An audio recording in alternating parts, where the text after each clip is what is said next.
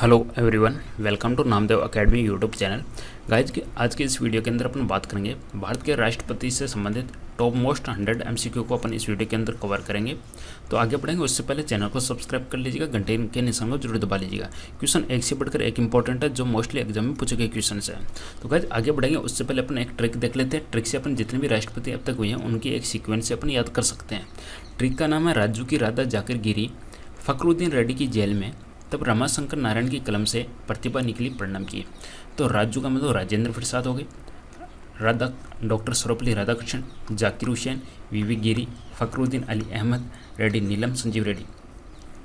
1975 के अंदर जब आपातकाल की घोषणा की गई थी प्राइम मिनिस्टर इंदिरा गांधी के पीरियड के दौरान, तो उस टाइम राष्ट्रपति कौन थे? फखरुद्दीन अली अहमद। और नीलम संजीव रेड्डी कौन थे? गाइस ये सबसे पहले निर्विरोध चुने जाने वाले भारत के राष्ट्रपति, भारत के पहले राष्ट्रपति डॉक्टर राजेंद्र प्रसाद, और ये कंटिन्यूसली 2 बार भारत के राष्ट्रपति रह चुके हैं। ओके, रेडी हो गए। बाकी अपन देख लेते हैं आगे के। ज्ञानी जैल सिंह, रमाशंकर वेंकटरमन, शंकर दयाल शर्मा, KR नारायण, APJ अब्दुल कलाम, प्रतिभा देवी सिंह पाटिल और प्रणब मुखर्जी। भारत की प्रथम महिला राष्ट्रपति कौन है? प्रतिभा देवी सिंह पाटिल। पूरा नाम भी आप देख लीजिएगा, एग्जाम में पूछा जा सकता है। प्रतिभा देवी सिंह पाटिल है भारत की प्रथम महिला राष्ट्रपति। ठीक है, और ये कहते हैं पीपल्स प्रेसिडेंट। पीपल्स प्रेसिडेंट किसको कहते हैं? डॉक्टर APJ अब्दुल कलाम को कहा जाता है। प्रणब मुखर्जी हो गए जिनको दादा के नाम से भी जाना जाता है, और इनके बाद में हुए हैं अपने रामनाथ कोविंद, जो एट प्रेजेंट भारत के राष्ट्रपति हैं, रामनाथ कोविंद। अब देख लेते हैं गाइज इंपॉर्टेंट MCQ जो एग्जाम के पॉइंट ऑफ व्यू से मोस्ट इंपॉर्टेंट है। सबसे लंबे समय तक भारत के राष्ट्रपति कौन रहे? गाइज आप लोगों को आंसर आता है तो आप कंटिन्यूसली आंसर दीजिएगा कमेंट के अंदर। सबसे लंबे समय तक भारत के राष्ट्रपति कौन रहे? गाइज आंसर हो जाएगा अपना डॉक्टर राजेंद्र प्रसाद, और भारत के ये पहले राष्ट्रपति भी है और कंटिन्यूसली 2 बार ये राष्ट्रपति रह चुके हैं। डॉक्टर राधाकृष्णन की बात करें तो ये भारत के पहले उपराष्ट्रपति हैं। नेक्स्ट क्वेश्चन, भारतीय राष्ट्रपति के सर्वसम्मति से चुने जाने का अभी तक एकमात्र उदाहरण है। सर्वसम्मति से यानी अपन कह सकते हैं जो एज ए निर्विरोध के रूप में चुने जाने वाले भारत के राष्ट्रपति का एकमात्र उदाहरण है। तो यहाँ पे अपना करेक्ट आंसर होगा नीलम संजीव रेड्डी है, यानी सर्वसम्मति से, या अपन कहे तो भारत के निर्विरोध यानी जिनका किसी ने विरोध नहीं किया, सबकी सहमति से चुने जाने वाले राष्ट्रपति हो गए नीलम संजीव रेड्डी। नेक्स्ट क्वेश्चन है, ये नीलम संजीव रेड्डी है आंध्र प्रदेश के मुख्यमंत्री भी रहे हुए थे। निम्न में से कौन कभी भी भारत का राष्ट्रपति नहीं रहा? देखिएगा ट्रिक आपको याद है तो उसमें से देखिएगा राधाकृष्णन भी नाम आता है, जाकिर हुसैन भी आता है, ज्ञानी जैल सिंह भी आता है, C राजगोपालाचारी। तो यहाँ पे अपना करेक्ट आंसर हो जाएगा option number D, C Rajagopalachari. कौन थे गाइज? ये भारत के प्रथम गवर्नर जनरल थे, स्वतंत्र भारत के प्रथम भारतीय गवर्नर जनरल। स्वतंत्र भारत के प्रथम भारतीय गवर्नर जनरल कौन थे? C राजगोपालाचारी। और कह सकते कि प्रथम हो चाहे अंतिम हो, यही थे C राजगोपालाचारी। और जब भारत आज़ाद हुआ था उस टाइम भारतीय गवर्नर जनरल कौन थे? उस टाइम थे माउंटबेटन। नेक्स्ट क्वेश्चन, स्वतंत्र भारत के प्रथम राष्ट्रपति कौन थे? डॉक्टर राजेंद्र प्रसाद। आंसर हो जाएगा यहाँ पे ऑप्शन नंबर B। और उपराष्ट्रपति कौन थे? Doctor S Radhakrishnan. और भारत के प्रथम प्रधानमंत्री जवाहरलाल नेहरू। और भारत के प्रथम गृह मंत्री सरदार वल्लभ भाई पटेल। निम्न में से कौन लगातार 2 बार राष्ट्रपति रहे हैं? तो यहाँ पे अपना करेक्ट आंसर हो जाएगा ऑप्शन नंबर A, 2 बार राष्ट्रपति रह चुके हैं डॉक्टर राजेंद्र प्रसाद। और कंटिन्यूसली 2 बार उपराष्ट्रपति कौन रह चुके हैं गाइज? Doctor S Radhakrishnan. और उपराष्ट्रपति गाइज राज्यसभा का पदेन सभापति होता है। राज्यसभा का पदेन सभापति कौन होता है? उपराष्ट्रपति। नेक्स्ट क्वेश्चन, भारतीय संविधान का कौन सा अनुच्छेद राष्ट्रपति के पद के लिए पुनः निर्वाचन की योग्यता निर्धारित करता है? पुनः निर्वाचन की योग्यता निर्धारित करने वाला अनुच्छेद कौन सा है गाइज? अनुच्छेद है 57। आंसर हो जाएगा ऑप्शन नंबर D। और भारत का राष्ट्रपति कितनी बार भारत का राष्ट्रपति बन सकता है गाइज? वो अनंत बार है, यानी फिक्स नहीं है 1 बार 2 बार, मतलब जितनी बार पॉसिबल है उतने बार, मतलब वो विजेता बनता है उतने कितनी भी बार बन सकता है, यानी कोई लिमिट नहीं है। और राष्ट्रपति बनने के लिए जो मिनिमम एज है वो है 35 वर्ष। नेक्स्ट क्वेश्चन है, जनता पार्टी के शासन के दौरान भारत के राष्ट्रपति कौन थे? देखिए गाइज 1975 के दौरान जब आपातकाल लगा था उस टाइम प्राइम मिनिस्टर कौन थे गाइज? इंदिरा गांधी। और JP नारायण के नेतृत्व के अंदर उस टाइम आपातकाल में बहुत बड़े आंदोलन हुए थे। और उस टाइम जब सबसे पहले गवर्नमेंट बनी थी आपातकाल के बाद में, उस टाइम जो सरकार बनी थी गाइज कुछ टाइम के लिए जनता पार्टी की बनी थी, और जनता पार्टी से ये जो भारतीय जनता पार्टी है ये निकल के आई थी। और ये जो जनता पार्टी के शासन के दौरान भारत के राष्ट्रपति कौन रहे थे, ये क्वेश्चन पूछा गया है। तो यहाँ पे अपना करेक्ट आंसर हो जाएगा ऑप्शन नंबर बी, नीलम संजीव रेड्डी।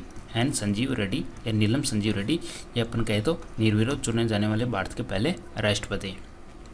आपातकाल के दौरान कौन थे, फखरुद्दीन अली अहमद। नेक्स्ट क्वेश्चन, भारत के किस राष्ट्रपति की मृत्यु कार्यकाल पूरा करने से पूर्व ही हो गई थी। कौन थे ऐसे राष्ट्रपति जिन्होंने अपना कार्यकाल भी पूरा नहीं किया था और उनकी मृत्यु हो गई थी। राजेंद्र प्रसाद, सर्वपल्ली राधाकृष्णन, जाकिर हुसैन या वीवी गिरी। यहाँ पे अपना करेक्ट आंसर हो जाएगा ऑप्शन नंबर सी। ध्यान दीजिएगा, डॉक्टर जाकिर हुसैन है जिनकी मृत्यु अपने कार्यकाल से पहले ही हो गई थी। राजू की राधा जाकिर गिरी, राजू की राधा जाकिर गिरी ध्यान में रहना, तीसरे राष्ट्रपति थे। निम्न में से भारत का राष्ट्रपति किसकी नियुक्ति नहीं करता है, देखिएगा।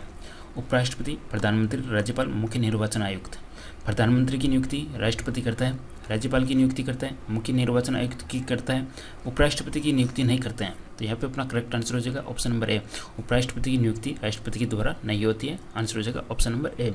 उपराष्ट्रपति होता है राज्यसभा का पदेन सभापति, और इनका भी जो निर्वाचन होता है गाइज वो भी वोटिंग के माध्यम से होता है। ठीक है, निम्न में से किसकी नियुक्ति भारत का राष्ट्रपति करता है, देखिएगा। भारत का महान्यायवादी, केग, नियंत्रक एवं माले का प्रेक्षक, और एक राज्य का राज्यपाल, उपरोक्त सभी। तो गाइज यहाँ पे अपना करेक्ट आंसर हो जाएगा ऑप्शन नंबर डी। अभी गाइज एक ही चीज़ चल रही है, आपने देखा होगा पीएम केयर्स फंड है, उसकी ये बात हो रही है कि उसकी आप ऑडिटिंग करवाओ, यानी उसका लेखा जोखा बताएगा कितने इसके अंदर रुपए आए और कितने कहाँ पे खर्च किए। ये जो ऑडिटिंग का काम है ये किसके द्वारा किया जाता है, ये किया जाता है केग के द्वारा। केग को हिंदी के अंदर बोला जाता है नियंत्रक एवं माले का प्रेक्षक। नेक्स्ट क्वेश्चन है, केंद्रीय मंत्रिमंडल के मंत्रियों की नियुक्ति कौन करता है। देखिएगा, जितने भी मंत्रिमंडल है उनके मंत्रियों की नियुक्ति कौन करता है। देखिएगा, मंत्रिमंडल का हेड कौन होता है, प्राइम मिनिस्टर होता है, और प्राइम मिनिस्टर के अंडर में ये सभी कैबिनेट मंत्री आते हैं। इनकी नियुक्ति की जाती है प्रधानमंत्री की सलाह पर राष्ट्रपति के द्वारा। ऑप्शन नंबर सी यहाँ पे करेक्ट हो जाएगा। गाइस क्वेश्चन ज़्यादा है, अपने स्पीड थोड़ी सी ज़्यादा है, टाइम वेस्ट नहीं करना है, अपने को फटाफट 100 इंपॉर्टेंट क्वेश्चंस को कवर करना है। ठीक है, तो इसलिए थोड़ा स्पीड के साथ अपन चल रहे हैं। आप चाहो तो आंसर दे सकते हो स्पीडली। निम्न में से किसकी नियुक्ति भारत के राष्ट्रपति के द्वारा नहीं होती है। देखिएगा, ऑप्शन है लोकसभा अध्यक्ष, भारत के मुख्य न्यायाधीश, सेना प्रमुख, इनमें से कोई नहीं। भारत के राष्ट्रपति के द्वारा नहीं होती है, तो आंसर हो जाएगा यहाँ पर लोकसभा अध्यक्ष। लोकसभा अध्यक्ष है, ये कौन होता है, ये जो जिसकी गवर्नमेंट बनती है वही, मतलब जैसे कि बीजेपी है तो बीजेपी अपना एक कैंडिडेट बता देंगी। ठीक है, मतलब उसी में से वो सिलेक्ट कर लिए जाते हैं। तो भारत के लोकसभा अध्यक्ष एट प्रेजेंट कौन है, ओम बिड़ला। और ओम बिड़ला कहाँ से है, ये राजस्थान के कोटा संसदीय क्षेत्र आता है इनका। भारत के मुख्य न्यायाधीश एट प्रेजेंट कौन है, एट प्रेजेंट की बात करें तो ऐसे बोबड़े। सेना प्रमुख कौन है, मुकुंद रणवणे, मनोज मुकुंद रणवणे। ठीक है, और सीडीएस कौन है, चीफ ऑफ डिफेंस स्टाफ, सभी का बिपिन रावत। भारत के राष्ट्रपति की मर्जी तक निम्न में से कौन अपने पद पर रह सकता है। जब चाहे राष्ट्रपति, मतलब राष्ट्रपति की मर्जी, हाँ भाई तो 5 साल, मतलब पीरियड 5 साल है तो हाँ भाई 1 साल बाद में भी हटा दिया जाए, ये किसकी मर्जी होती है, राष्ट्रपति। देखिएगा, सर्वोच्च न्यायालय के न्यायाधीश को राष्ट्रपति अपनी मर्जी से नहीं हटा सकते, चुनाव आयुक्त को अपनी मर्जी से नहीं हटा सकते, लोकसभा अध्यक्ष को नहीं हटा सकते। यहाँ पे अपना करेक्ट आंसर हो जाएगा राज्यपाल। जो भी राज्यों के राज्यपाल हैं उनको राष्ट्रपति अपनी मर्जी से हटा सकते हैं। Option number C correct answer हो जाएगा। निम्न में से किसे राष्ट्रपति नियुक्त नहीं करता है। देखिएगा, वित्त आयोग, योजना आयोग, राजकीय भाषा आयोग या संघ लोक सेवा आयोग।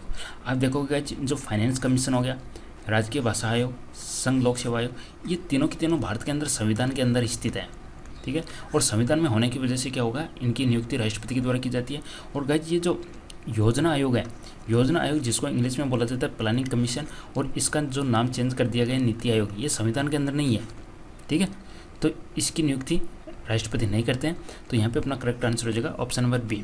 योजना आयोग जो 2014 तक चला था, और 1 जनवरी 2015 से योजना आयोग का नाम बदल के कर दिया गया था नीति आयोग, और नीति आयोग का हेड होता है prime minister Narendra Modi. At present बात करें तो national institute for transforming India हो गया, इसके जो हेड है, चेयरमैन है, ये हो गए प्राइम मिनिस्टर, और वाइस चेयरमैन कौन है इसके, राजीव कुमार, और इसके जो सीईओ है नीति आयोग के वो है अमिताभ कांत, और इसके जो डायरेक्टर गए नीति आयोग के वो है दिनेश अरोड़ा। वित्त बिल यानी जो फाइनेंस बिल होते हैं कि के लिए किसकी पूर्व स्वीकृति आवश्यक है। यदि आप फाइनेंस बिल प्रेजेंट करना चाह रहे हो तो उसके लिए किसकी स्वीकृति आवश्यक है, स्वीकृति लेना जरूरी है। आंसर हो जाएगा भारत के राष्ट्रपति की। गाइस वीडियो को लाइक शेयर जरूर कर दीजिएगा, पूरे क्वेश्चन देखिएगा, एक से बढ़कर एक इंपॉर्टेंट क्वेश्चन है। राष्ट्रपति द्वारा संसद के दोनों सदनों के लिए कुल कितने सदस्यों को नामित किया जाता है। यहाँ से दोनों सदनों का पूछा गया गाइस। दोनों सदनों में टोटल 14 कैंडिडेट होते हैं। 14 में से 2 की बात करें तो लोकसभा के अंदर होता है और 12 की बात करें तो गाइस राज्यसभा के अंदर होता है। तो टोटल कितने हो गए, ऑप्शन नंबर ए आपका करेक्ट आंसर हो जाएगा। नेक्स्ट क्वेश्चन, भारत के राष्ट्रपति को यह अधिकार प्राप्त नहीं है कि वह, देखिएगा, भारत का राष्ट्रपति किसी भी कैदी को क्षमा प्रदान कर सकता है, चाहे फांसी की सजा हो उसको भी क्षमा दे सकता है। न्यायालय के न्यायाधीशों को हटाए आपातकाल की घोषणा राष्ट्रपति कर सकते हैं आर्टिकल 352, 356 और 360 का यूज करते हुए। ठीक है, एक में अपन बात करें तो नेशनल इमरजेंसी हो गई, एक के अंदर होते हैं किसी युद्ध के कारण और एक होता है फाइनेंस वित्तीय आपातकाल। और अध्यादेश जारी करने का काम भी किसका है, राष्ट्रपति का। तो न्यायालय के न्यायाधीश को हटाने का काम राष्ट्रपति नहीं कर सकते, राष्ट्रपति के अधिकार क्षेत्र से बाहर है। यहाँ पे अपना करेक्ट आंसर हो जाएगा ऑप्शन नंबर बी। किसी विधि के प्रश्न पर सर्वोच्च न्यायालय से परामर्श लेने का अधिकार किसको है। कोई भी कानूनी प्रश्न है उस पर सुप्रीम कोर्ट से राय लेनी है तो उस अधिकार किसके पास में, आंसर हो जाएगा अपना राष्ट्रपति के पास में। भारतीय संविधान का कौन सा अनुच्छेद राष्ट्रपति को उच्चतम न्यायालय से परामर्श करने की शक्ति प्रदान करता है। उच्चतम न्यायालय से जो परामर्श लेना है तो आर्टिकल किसके अंडर में आता है, 143। संसद का अधिवेशन बुलाने का काम किसका है, तो संसद का अधिवेशन बुलाने का काम किसका है गाइज, राष्ट्रपति का, ऑप्शन नंबर डी। भारत के राष्ट्रपति ने आर्थिक संकट की घोषणा कब की। मोस्ट इंपॉर्टेंट क्वेश्चन है गाइज और वेरी इंपॉर्टेंट लगा लीजिएगा और बार बार क्वेश्चन एग्जाम में आए हुए हैं। आर्थिक संकट की घोषणा कब की गई, देखिएगा गाइज, वित्तीय आपातकाल की पूछा गया गाइज। वित्तीय आपातकाल जो 360 के अकॉर्डिंग लगता है, ठीक है, आर्टिकल एक बार गाइज कंफर्म कर लीजिएगा, 360 है इसका।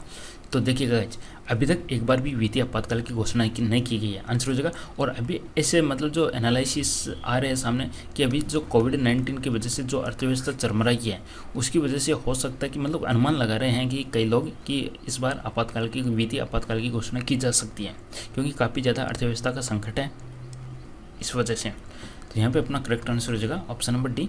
तो इसी वजह से विदेशों को भेजे जाने वाले विभिन्न संसदीय प्रतिनिधि मंडलों के लिए व्यक्तियों का नामांकन निम्न में से कौन करता है।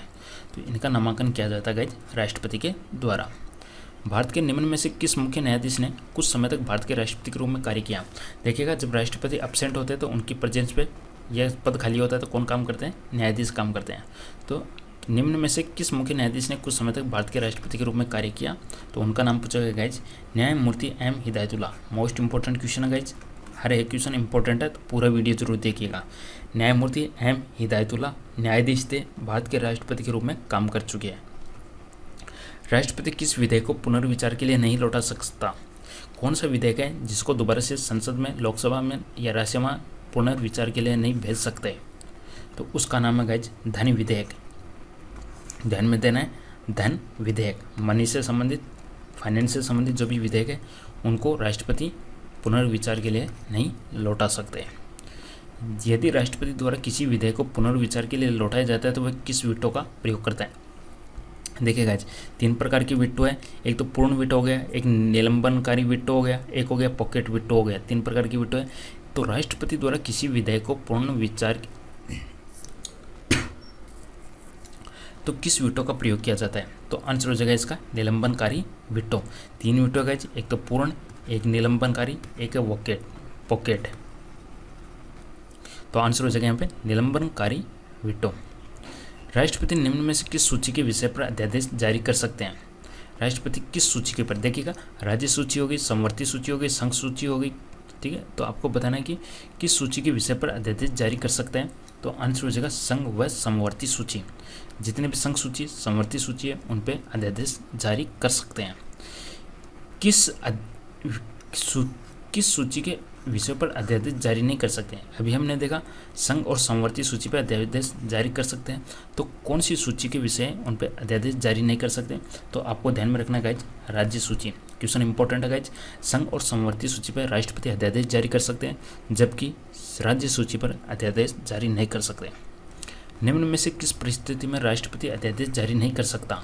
कौन सी परिस्थिति है, जब केवल राज्यसभा ही सत्र में हो, जब केवल लोकसभा ही सत्र में हो, जब दोनों सत्र में हो, जब दोनों सत्र में ना हो।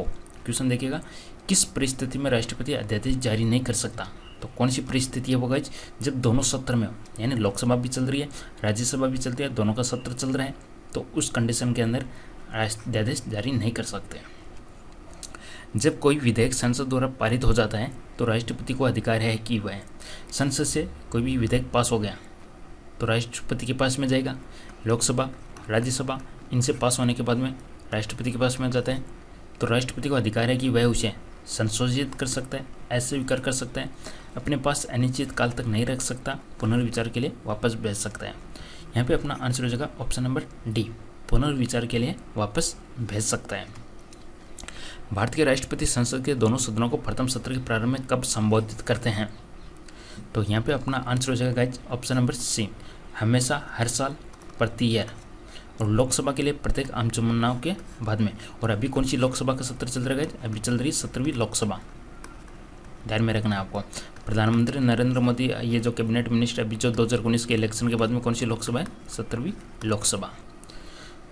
नेक्स्ट क्वेश्चन है, अप्रत्याशित व्यय की पूर्ति के लिए निम्न में से कौन भारत की आकस्मिक निधि से धन निकाल सकता है। देखिएगा, अप्रत्याशित व्यय, जैसे कि अभी कोविड-19 के चक्कर में बहुत सारे अप्रत्याशित खर्चे आ रहे हैं, ठीक है, इनकी पूर्ति के लिए निम्न में से कौन भारत की आकस्मिक निधि से धन निकाल सकता है। तो यहाँ पे अपना करेक्ट आंसर हो जाएगा ऑप्शन नंबर सी, राष्ट्रपति। संविधान के किस अनुच्छेद के अंतर्गत राष्ट्रपति संघीय मंत्रिपरिषद की सलाह मानने के लिए बाध्य है। आर्टिकल का नाम पूछा गया, तो आर्टिकल 74। युद्ध या भारत पर आक्रमण होने की स्थिति में निम्न में से कौन अंतिम रूप से आक्रमणकारी के विरुद्ध युद्ध की घोषणा कर सकता है। सिंपल सा क्वेश्चन है, राष्ट्रपति की बात हो रही है तो ऑब्वियसली ऐसे सभी क्वेश्चन का अपना आंसर हो जाएगा राष्ट्रपति। लोकसभा निम्न में से किसके द्वारा भंग की जा सकती है। लोकसभा, जिसको निम्न सदन बोला जाता है, जिसके अंदर टोटल सीटों की संख्या होती है 545, जिसके अंदर अपन बात करें तो 530 राज्य से होते हैं, 13 की समथिंग होती है, ये होते हैं स्टेट से, ठीक है। ये हो गए राज्यों से, हो गए 13 सीटें हो गई केंद्र शासित प्रदेशों से हो गई, और 2 सीटें होते हैं जो राष्ट्रपति मनोनीत करता है एंग्लो इंडियन को। तो यहाँ पे अपना करेक्ट आंसर हो जाएगा प्रधानमंत्री के परामर्श पर राष्ट्रपति द्वारा। लोकसभा निम्न में से किसके द्वारा भंग की जा सकती है। प्रधानमंत्री के परामर्श पर राष्ट्रपति के द्वारा। लोकसभा सीटें 545 से 530 राज्यों से चुन के आते होते हैं, 13 होते हैं जिसके अंदर केंद्र शासित प्रदेशों से हो गए, और ये 2 हो गए जो हो गए राष्ट्रपति मनोनीत करते हैं जो एंग्लो इंडियन होते हैं उनको। राष्ट्रपति निम्न में से किस परिस्थिति में आपातकाल की घोषणा कर सकते हैं। तो आपातकाल की घोषणा प्रधानमंत्री के मौखिक पे, मौखिक की तो कोई वैल्यू नहीं है, प्रधानमंत्री और मंत्रिमंडल के लिखित परामर्श पर। आंसर हो जाएगा यहाँ पे ऑप्शन नंबर बी, प्रधानमंत्री और उनका जो मंत्रिमंडल है उनके लिखित परामर्श पर राष्ट्रपति आपातकाल की घोषणा कर सकते हैं। राष्ट्रपति संविधान के किस अनुच्छेद के अंतर्गत अध्यादेश जारी कर सकते हैं। तो आंसर हो जाएगा गाइज यहाँ पे अनुच्छेद 123 और 143 क्या था गाइज, सुप्रीम कोर्ट के न्यायाधीश से सलाह लेना, परामर्श से संबंधित था। राष्ट्रपति किस स्थिति में अध्यादेश जारी कर सकते हैं। अध्यादेश किस परिस्थिति में जारी कर सकते हैं गाइज, यहाँ पे अपना आंसर हो जाएगा संसद के अधिवेशन न रहने की स्थिति में। ऑप्शन नंबर सी, संसद, लोकसभा या राज्यसभा हो उनके सत्र में न रहने की उपस्थिति में स्थिति में राष्ट्रपति अध्यादेश जारी कर सकते हैं। राष्ट्रपति द्वारा जारी एक अध्यादेश संसद के सत्र शुरू होने के बाद कितने समय तक रखा जाना आवश्यक है। अध्यादेश जारी कर दिया राष्ट्रपति ने और उसके बाद में संसद का सत्र शुरू हो गया। देखिएगा अध्यादेश कब जारी होता है, जब संसद का सत्र नहीं चल रहा है, और जब अध्यादेश जारी हो गया उसके बाद में संसद के सत्र स्टार्ट होते हैं, तो कितने समय तक रखा जाना आवश्यक है। तो यहाँ पे अपना आंसर हो जाएगा ऑप्शन नंबर बी, 6 सप्ताह तक। भारत के राष्ट्रपति के पास कौन सी वीटो शक्ति होती है, पूर्ण, निलंबित या पॉकेट या प्रोक्सबी। तो तीनों शक्ति हैं, तो यहाँ पे अपना आंसर हो जाएगा option number D. Important question है गाइस, ध्यान में रखिएगा। भारत के राष्ट्रपति के पास में कौन सी वीटो शक्ति होती है, पूर्ण, निलंबित और पॉकेट। भारत के राष्ट्रपति ने जिस एकमात्र मामले में पॉकेट वीटो शक्ति का प्रयोग किया था वह था, देखिए गाइस, अब तक के 2 बार पॉकेट का इस शक्ति का इस्तेमाल हो चुका है, जिसमें से एक मोस्ट इंपॉर्टेंट है गाइस भारतीय डाकघर संशोधन अधिनियम। भारतीय डाकघर संशोधन अधिनियम।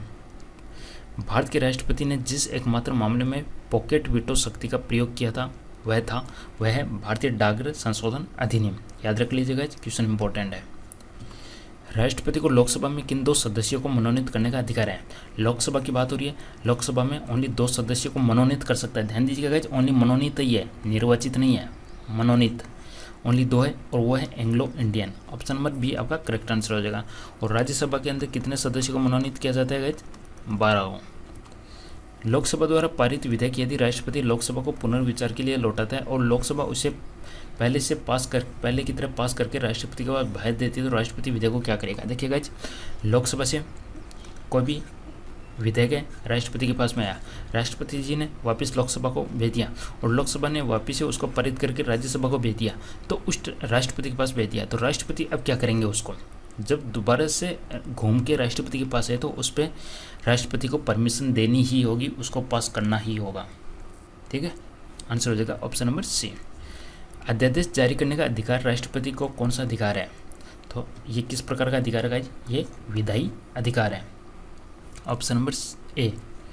निम्न में से कौन सा राष्ट्रपति के निर्वाचन का भाग है परंतु उसके महाभियोग अधिकरण का भाग नहीं है? देखिएगा, जो राष्ट्रपति के निर्वाचन में तो भाग लेते हैं, निर्वाचन में कौन भाग लेते हैं? निर्वाचन में लोकसभा लेते हैं, राज्यसभा लेते हैं और जितने भी राज्यों की विधानसभा है उनके सदस्य भाग लेते हैं।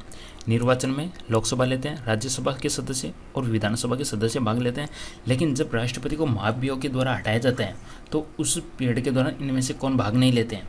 तो यहाँ पे अपना करेक्ट आंसर हो जाएगा ऑप्शन नंबर सी, राज्यों की विधानसभाएं। देखिएगा, विधान परिषद का तो कोई मतलब ही नहीं है, निर्वाचन में भी मतलब नहीं है। लोकसभा, राज्यसभा और विधानसभाएं इनके सदस्य मिलकर निर्वाचन करते हैं, लेकिन जैसे महाभियोग के द्वारा हटाया जाता है तो उस टाइम विधानसभा के सदस्य भाग नहीं लेते हैं, ओनली लोकसभा और राज्यसभा के सदस्य भाग लेते हैं। राष्ट्रपति के निर्वाचन में राज्य का मुख्यमंत्री मतदान के लिए पात्र नहीं होता है यदि राष्ट्रपति के निर्वाचन में राज्य का मुख्यमंत्री मतदान के लिए पात्र नहीं होगा, यानी राज्य का मुख्यमंत्री भाग नहीं ले सकता। क्यों? यदि वह राज्य विधानमंडल में उच्च सदन का सदस्य हो। जिस तरीके से जैसे कि 6 या 8 स्टेट हैं जहाँ पे नेक्स्ट भारत एक गणतंत्र है। इसका मतलब क्या है? गणतंत्र का मतलब हो गया जनता का शासन। इसका मतलब क्या होता है? सभी मामलों में अंतिम अधिकार जनता के पास है। बिल्कुल सही है। भारत में संसदीय शासन व्यवस्था है, भारत में वंशागत शासन नहीं है। इसका मतलब क्या होगा गाइज? मेन इसका मतलब है गणतंत्र का अर्थ क्या है? गणतंत्र का मतलब है इसमें वंशानुगत शासन नहीं है। यहाँ पे अपना करेक्ट आंसर हो जाएगा ऑप्शन नंबर सी। देखिए, चारों स्टेटमेंट सही है, जनता के पास में है, लेकिन यहाँ पे आपको देखना है कि वंशानुगत शासन नहीं है। गणतंत्र का मतलब पूछा गया है, गणतंत्र की डेफिनेशन क्या है? भारत में वंशानुगत शासन नहीं है। नेक्स्ट क्वेश्चन, भारत में राष्ट्रपति चुना जाता है, किसके द्वारा चुना जाता है? देखिए गाइज, राष्ट्रपति का जो चुनाव होता है गाइज वो अप्रत्यक्ष रूप से होता है। अप्रत्यक्ष का मतलब देखिएगा, जनता जिनको चुनती है, जनता जिनको चुनती है वो लोग चुनेंगे राष्ट्रपति को। ठीक है, यानी राष्ट्रपति का चुनाव डायरेक्टली जनता नहीं करती। तो इस तरीके से ये किस प्रकार का चुनाव है गाइज? अप्रत्यक्ष चुनाव है। तो जनता के द्वारा नहीं होता, संसद सदस्यों के द्वारा होता है, राज्यसभा सदस्यों के द्वारा होता है, निर्वाचित सांसदों व विधानसभा सदस्यों के द्वारा। तो यहाँ पे अपना करेक्ट आंसर हो जाएगा ऑप्शन नंबर डी। ठीक है, सांसद निर्वाचित सांसद है, इसके अंदर राज्यसभा की भी है, लोकसभा की है और विधानसभा सदस्यों के द्वारा। तो यहाँ पे अपना करेक्ट आंसर हो जाएगा ऑप्शन नंबर डी। राष्ट्रपति चुनाव में भाग लेते हैं लोकसभा के सदस्य, राज्यसभा के सदस्य और राज्यों की विधानसभा के सदस्यों की। भारत का राष्ट्रपति किसका एक अभिन्न अंग है? तो भारत का राष्ट्रपति संसद का अभिन्न अंग है। संसद है वो लोकसभा से मिलकर बनती है, लोकसभा प्लस राज्यसभा प्लस राष्ट्रपति, यानी ये 3 चीज़ें मिल जाए तो संसद का निर्माण होता है। तो यहाँ पे अपना करेक्ट आंसर हो जाएगा ऑप्शन नंबर ए। एक विधेयक जो संसद में प्रस्तुत किया जाता है कौन सी क्रिया के बाद अधिनियम बन जाता है?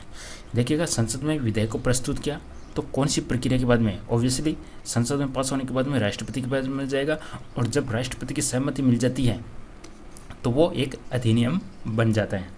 नेक्स्ट क्वेश्चन, भारत के निम्न राष्ट्रपतियों में से कौन एक कुछ समय के लिए गुट निरपेक्ष आंदोलन के महासचिव भी थे? गुट निरपेक्ष आंदोलन के महासचिव कौन थे गाइज, जो एक राष्ट्रपति के पद पर भी रह चुके हैं? तो उनका नाम है ज्ञानी जैल सिंह। देखिएगा, क्वेश्चन इंपॉर्टेंट है, आ सकता है एग्जाम में। राष्ट्रपति में से कौन एक कुछ समय के लिए गुट निरपेक्ष आंदोलन के महासचिव भी रह चुके? आंसर हो जाएगा ज्ञानी जैल सिंह। लाभ के पद का निर्णय कौन करेगा? तो लाभ के पद का निर्णय किसके द्वारा किया जाएगा गाइज? संघीय संसद के द्वारा। निम्न में से किसी भौगोलिक क्षेत्र को अनुसूचित क्षेत्र घोषित करने का संवैधानिक अधिकार किसको है? तो यहाँ पर आंसर हो जाएगा ऑप्शन नंबर डी। कोई भी भौगोलिक क्षेत्र है उसको अनुसूचित क्षेत्र घोषित करना है तो ये अधिकार किसके पास में? राष्ट्रपति के पास में। भारत का राष्ट्रपति चुना जाता है तो राष्ट्रपति किसके द्वारा चुना जाता है गाइज? लोकसभा, राज्यसभा और राज्यों की विधानसभा के सदस्य। गाइज ये टर्म्स आपको इंपॉर्टेंट याद रखनी है। राज्य विधानसभा के निर्वाचित सदस्य, ओनली निर्वाचित सदस्यों के द्वारा। भारतीय गणतंत्र का वह कौन सा राष्ट्रपति था जो सदा भारतीय धर्मनिरपेक्षता को सर्वधर्म समभाव कहता था? तो आंसर क्वेश्चन इंपॉर्टेंट है। वह राष्ट्रपति कौन है जो सदा भारतीय धर्मनिरपेक्षता को सर्वधर्म समभाव कहते थे? आंसर हो जाएगा Sarvepalli Radhakrishnan, option number A. Bharat के पहले राष्ट्रपति के रूप में डॉक्टर राजेंद्र प्रसाद का चुनाव किया गया था। इंपॉर्टेंट क्वेश्चन है। जब भारत के पहले राष्ट्रपति बने थे डॉक्टर राजेंद्र प्रसाद, तो सबसे पहले उनका जो चुनाव है वो किस प्रकार से किया गया था? तो उनका चुनाव किया गया था संविधान सभा के द्वारा। आंसर हो जाएगा ऑप्शन नंबर सी, संविधान सभा के द्वारा। भारत के राष्ट्रपति पर महाभियोग लगाने का अधिकार है। महाभियोग कौन लगा सकता है गाइज? ये संसद के दोनों सदन, ध्यान रखिएगा ओनली। इसमें राज्यों की विधानसभा के सदस्य भाग नहीं लेते हैं, राज्यों की विधानसभा के सदस्य भाग नहीं लेते हैं, ओनली संसद के दोनों सदन इसके अंदर भाग लेते हैं। किसके अंदर? महाभियोग के अंदर। और निर्वाचन के अंदर लोकसभा भी लेती है, राज्यसभा भी लेती है और विधानसभा भी भाग लेती है। राष्ट्रपति लोकसभा को विघटन कर सकते हैं। कब विघटन कर सकते हैं? प्रधानमंत्री की सलाह पर। इनमें से किसने भारतीय गणतंत्र के 12वें राष्ट्रपति के रूप में कार्य किया? अब गाइस यहाँ पे 12वें पूछा है तो आपको सीक्वेंस याद रखनी है। राजू की राधा जाकर गिरी फखरुद्दीन रेड्डी की जेल में तब प्रतिभा निकली प्रणव की कलम से। तो वो ट्रिक आप लोगों को स्टार्टिंग में फर्स्ट स्लाइड में मैंने आपको बताया, वो याद रखनी है आपको। तो 12वें राष्ट्रपति के रूप में कार्य किया था प्रतिभा देवी सिंह पाटिल ने। आंसर हो जाएगा ऑप्शन नंबर ए। निम्न में से कौन भारत के राष्ट्रपति के चुनाव में भाग नहीं लेते हैं? तो विधान परिषद भाग नहीं लेती है। आंसर हो जाएगा ऑप्शन नंबर डी। निम्न राष्ट्रपति में जिस क्रम में सेवा की उनमें से कौन सा क्रम सही है? अब देखिएगा एग्जाम में यदि आपसे क्रम पूछ लिया जाए तो आप ओनली ट्रिक के माध्यम से ही इस क्वेश्चन को सही कर सकते हो। आंसर हो जाएगा Reddy, gel Singh, Venkataraman, Dayal Sharma. Only trick से आप इसको याद कर सकते हो। संविधान का कौन सा अनुच्छेद कहता है कि भारत का एक राष्ट्रपति होगा? तो किस अनुच्छेद के अंदर में है? अनुच्छेद 52। राष्ट्रपति के चुनाव में कौन भाग लेते हैं? ऑब्वियसली लोकसभा, राज्यसभा और राज्य की विधानसभा के सदस्य। संसद के दोनों सदनों के निर्वाचित सदस्य इसके अंदर भाग लेते हैं। राज्य विधानसभा के निर्वाचित और मनोनीत भाग नहीं लेते इसके अंदर गाइज। सभी केंद्र शासित प्रदेशों के सदस्य या उपरोक्त सभी। तो यहाँ पे अपना आंसर हो जाएगा ऑप्शन नंबर ए। राष्ट्रपति बनने के लिए कौन सी योग्यता होनी चाहिए? 35 वर्ष की आयु होनी चाहिए।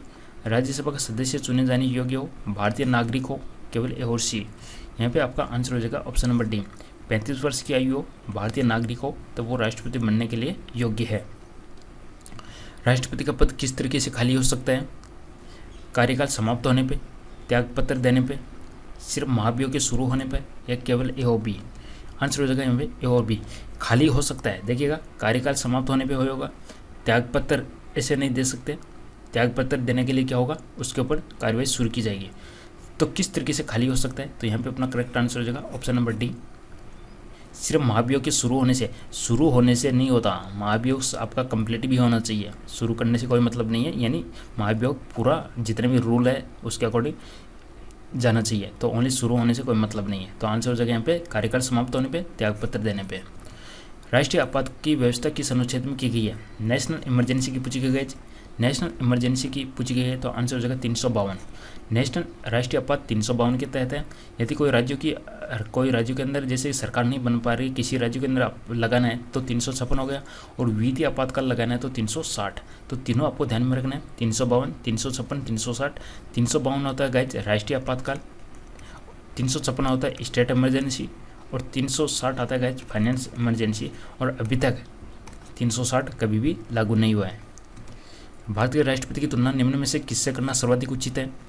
तो आंसर हो जाएगा यहाँ पे ब्रिटेन के सम्राट से। नेक्स्ट क्वेश्चन, भारत में कार्यपालिका का अध्यक्ष कौन होता है? कार्यपालिका का अध्यक्ष होता है राष्ट्रपति। संघ की कार्यपालिका शक्ति किसके अंदर निहित है? तो संघ की कार्यपालिका शक्ति राष्ट्रपति के अंदर निहित है। भारतीय संविधान के अनुसार संघ की कार्यपालिका शक्ति किस में निहित है? राष्ट्रपति के पास में।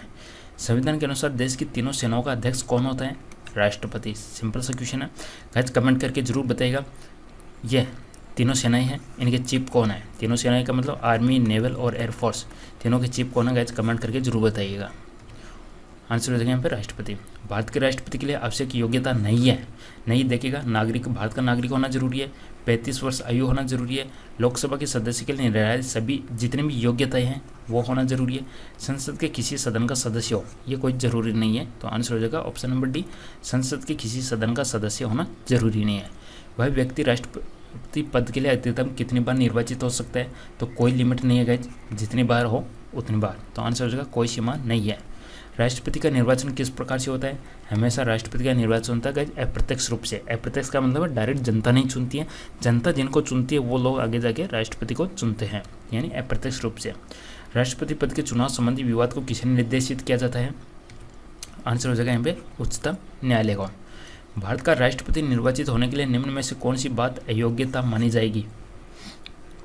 अयोग्यता, नागरिक बिल्कुल होना जरूरी है, 35 वर्ष आयु पूरी होनी जरूरी है, लोकसभा का सदस्य निर्वाचित होने के लिए जितनी भी योग्यता है वो होना जरूरी है, कोई भी लाभ का पद ग्रहण किए हुए हो। तो यहाँ पे आंसर हो जाएगा ऑप्शन नंबर डी, लाभ का पद, यानी ये नहीं कि आप राष्ट्रपति पे भी हो और साथ साथ में आप दूसरी पोस्टों पे भी बैठे हो, तो ये नहीं चल सकता, यानी लाभ का पद आप ग्रहण नहीं कर सकते। नेक्स्ट क्वेश्चन है, भारत में किसके चुनाव में अनुपातिक प्रतिनिधित्व प्रणाली अपनाई गई है? गाइज इंपॉर्टेंट क्वेश्चन है। समानुपातिक बोल सकती है, अनुपातिक प्रतिनिधित्व, इसका मतलब होता है जितने लोकसभा के वैल्यू है, वोट की वैल्यू है, उतनी विधानसभा के वोट की वैल्यू होगी, यानी इनका जो रेशियो है जो भी है 50-50 है, यानी वो बिल्कुल बराबर रहेगा, बिल्कुल समानुपातिक रहेगा। तो ये किसके चुनाव में होता है गाइज? ये होता है राष्ट्रपति के चुनाव में। किस अनुच्छेद के तहत राष्ट्रपति और उपराष्ट्रपति के निर्वाचन से संबंधित विवाद का निर्णय उच्चतम न्यायालय द्वारा करने का प्रावधान संविधान में किया गया है? यहाँ पे आंसर हो जाएगा guys option number D, article 71। राष्ट्रपति पद के उम्मीदवारों को चुनाव प्रचार हेतु कितना समय मिलता है? चुनाव प्रचार हेतु कितना समय दिया जाता है गाइज? इनको दिया जाता है 2 सप्ताह या अपन कहे तो 14 दिन। भारत के राष्ट्रपति का चुनाव कितने वर्षों के लिए होता है? वैलिडिटी कितनी है? वैलिडिटी है 5 वर्ष। किस अनुच्छेद के तहत राष्ट्रपति अपने पद ग्रहण करने की तिथि से 5 वर्ष की अवधि तक अपने पद पर बना रहता है? किस अनुच्छेद के अंडर में आता है गाइज? ये आता है अनुच्छेद 56, आर्टिकल 56। राष्ट्रपति के चुनाव के लिए निर्वाचक मंडल में कौन कौन होते हैं? तो निर्वाचक मंडल के अंदर होता है संसद के दोनों सदन और विधानसभा के निर्वाचित सदस्य। भारत के राष्ट्रपति को उसके पद से हटाया जा सकता है, तो ओनली महाभियोग के द्वारा हटाया जा सकता है। आंसर हो जाएगा यहाँ पे संसद द्वारा महाभियोग चला के।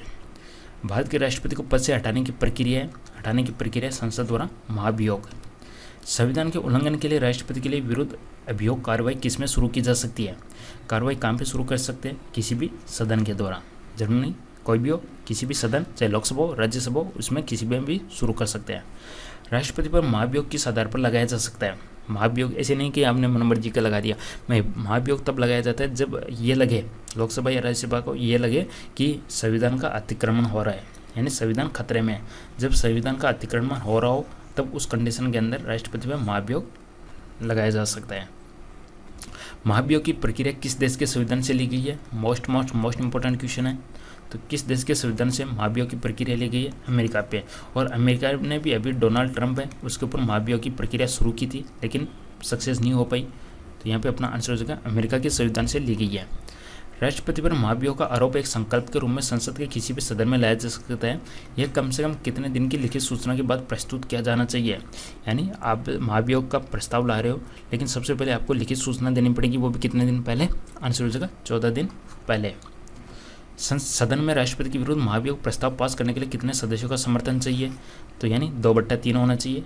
सदन के कुल सदस्यों में से कम 2/3 सदस्य, जैसे कि लोकसभा में पारित हो रहा है तो लोकसभा के 2/3 सदस्य होना जरूरी है, राज्यसभा में जा रहे हैं तो राज्यसभा के 2/3 सदस्य होना जरूरी है। राष्ट्रपति संविधान के किस अनुच्छेद के तहत भारत के मुख्य न्यायाधीश के समक्ष शपथ ग्रहण करता है? यानी राष्ट्रपति को शपथ कौन दिलाता है? मुख्य न्यायाधीश। किस आर्टिकल के तहत? आर्टिकल 60। मुख्य न्यायाधीश की अनुपस्थिति में राष्ट्रपति किसके समक्ष शपथ लेते हैं? अगर न्यायाधीश ही नहीं है तो वो लेते हैं सर्वोच्च न्यायालय का वरिष्ठ न्यायाधीश। क्वेश्चन इंपॉर्टेंट है गाइज। जब न्यायाधीश एब्सेंट है तो वो सर्वोच्च न्यायालय के वरिष्ठ न्यायाधीश के समक्ष शपथ लेते हैं। यदि राष्ट्रपति और उपराष्ट्रपति दोनों देश से बाहर हो, राष्ट्रपति भी बाहर है, उपराष्ट्रपति बाहर है, तो कार्यभार कौन ग्रहण करेगा? तो कार्यभार ग्रहण करेंगे सर्वोच्च न्यायालय के मुख्य न्यायाधीश। राष्ट्रपति के त्यागपत्र की सूचना उपराष्ट्रपति किसको देता है? तो आंसर हो जाएगा यहाँ पे लोकसभा अध्यक्ष को।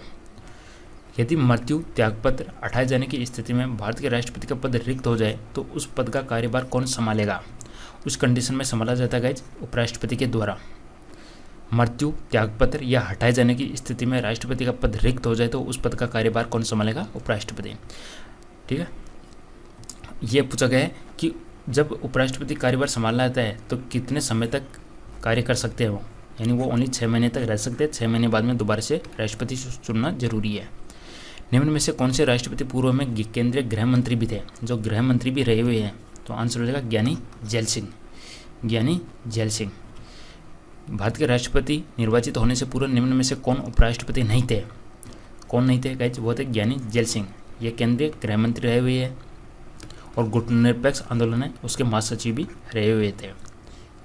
भारत के चौथे राष्ट्रपति कौन है? ये आपको सीक्वेंस से याद करना पड़ेगा, वीवी गिरी। तो गाइज ये थे राष्ट्रपति से संबंधित टॉप 100 MCQ। पसंद आए वीडियो को लाइक कीजिएगा, चैनल को सब्सक्राइब कीजिएगा। इसी प्रकार से अपन पूरी इंडियन पॉलिटी है उसको अपन कवर करेंगे। Thank you for watching.